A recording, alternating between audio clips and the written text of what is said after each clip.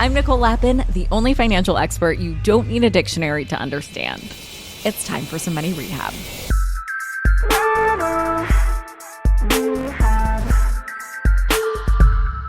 Doomsday prepping used to be a very niche category, but after the past few years we've had, the preppers are a little less fringe, and in fact, there are new preppers. They are the top 1%. Today, we're going to take a look at the totally wild and a little spooky prepper economy. When I talk about the prepper economy, I'm not just talking about stocking up on non-perishables. The world's wealthiest people are doing survival, but making it fashion. Today's billionaires are building bunkers that are straight out of some dystopian nightmare with moats of fire and water cannons and... No, I am not kidding. So let's take a step back, because you're probably thinking, Lappin, what is driving this frenzy for ultra-secure hideaways? Well, it's a fun cocktail of anxieties, civil unrest, cyber threats, nuclear warfare, climate change. I mean, take your pick. Oh, and let's not forget the global pandemic, which was a particularly salient reminder of how quickly everyday life can spiral. And then there are all the apocalyptic movies and shows that are coming out. All of the streamers have their own version of this. Netflix has Leave the World Behind. Max, formerly known as HBO Max, has The Last of Us. And Hulu has Handmaid's Tale. I mean, a luxury safe room was even featured on an episode of Keeping Up with the Kardashians. And the provider of that, Atlas Survival Shelters, now says they sell one of these luxury safe rooms every day at $200,000 a pop. So enter bunker mania, and like any mania, it feeds on itself. So when it goes public that very knowledgeable, plugged-in people start building doomsday dens for themselves, more people feel like they need to do that too. For example, it made waves that Mark Zuckerberg announced he was building a shelter under his ranch in Hawaii. Another biggie was Bill Gates, who allegedly has underground security areas under each and every one of his homes. When other billionaires see these pretty smart dudes making disaster plans, they jump on the prepper bandwagon too. I mean, there has been a run on bunker air filtration systems in a way that there's been a run on banks during financial crises. And don't get it twisted, these bunkers aren't just a hole in the ground. We're talking about multi-million-dollar luxury sanctuaries equipped to withstand everything from ballistic attacks to natural disasters. Zuck's shelter I mentioned, that's going to run him $100 million to build. And just to give you a sense of what a multi-million-dollar spend will get you underground, let me take you through Money Rehab Cribs Prepper Edition.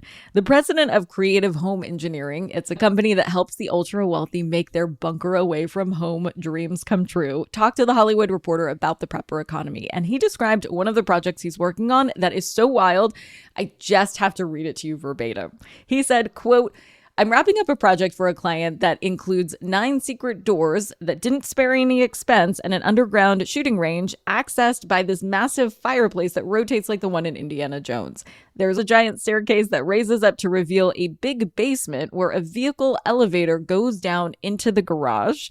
We also installed a British phone booth. When you dial 867-5309 on the receiver, the song plays and the glass turns opaque so that you disappear. Then the back door opens up, and there's actually a slide that takes you down 2 levels where there's a sensor that causes the back panel of the booth to return and the glass to go transparent so nobody can understand how you got out of there. The house also happens to have a giant shark tank in the basement that shares one wall with the swimming pool, so it looks like you're swimming with sharks. And the pool is more like a water park with a flow river, a lazy river, a grotto, a glass basement so that you can see a go-kart track underneath the pool. He has a safe room, and we did 1 secret door that's exclusively for security, but the rest is mostly for showing off. And then there's a company, SAFE, that's SAFE, an abbreviation for Strategically Armored and Fortified Environments. SAFE is crafting a survivalist's dream on a 200-acre property complete with a lake that can turn into a fiery barrier at the flick of a switch, where the only access to the fortress is a swing bridge. And then they took all of the dirt created by manufacturing the lake and used it to build a whole mountain as a natural fortification around the property, in addition to cutting a tunnel through the mountain with flamethrowers, gassing systems, a steel wall that closes midway that could stop a 16-wheeler going 80 miles an hour, and barricades on both ends of the tunnel. Whew!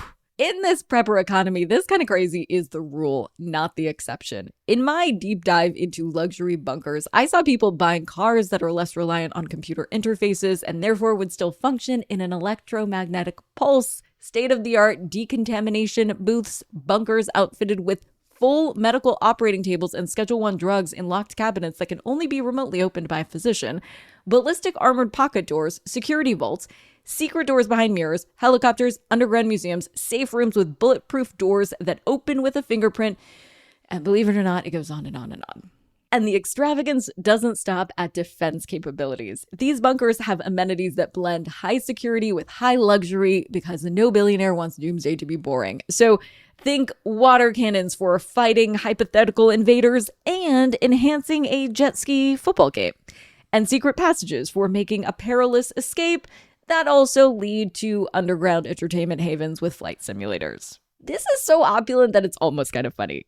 But it's also a sobering state of affairs. The shiny nature of these survivalist palaces speaks to our deep-seated anxieties about the world's direction, the reliability of our societal infrastructures, and the lengths to which those with means will go to ensure their safety and comfort amidst all of this uncertainty.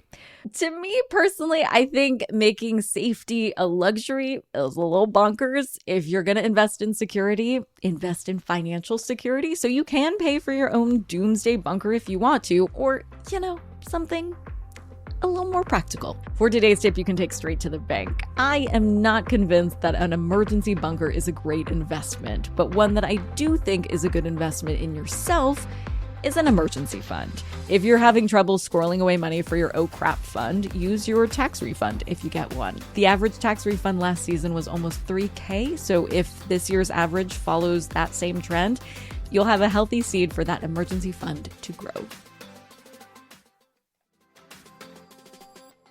Money Rehab is a production of Money News Network. I'm your host, Nicole Lappin. Money Rehab's executive producer is Morgan Lavoie. Our researcher is Emily Holmes.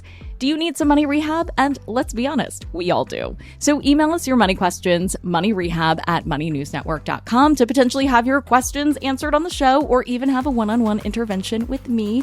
And follow us on Instagram @moneynews and TikTok @moneynewsnetwork for exclusive video content. And lastly, thank you. No, seriously, thank you. Thank you for listening and for investing in yourself, which is the most important investment you can make.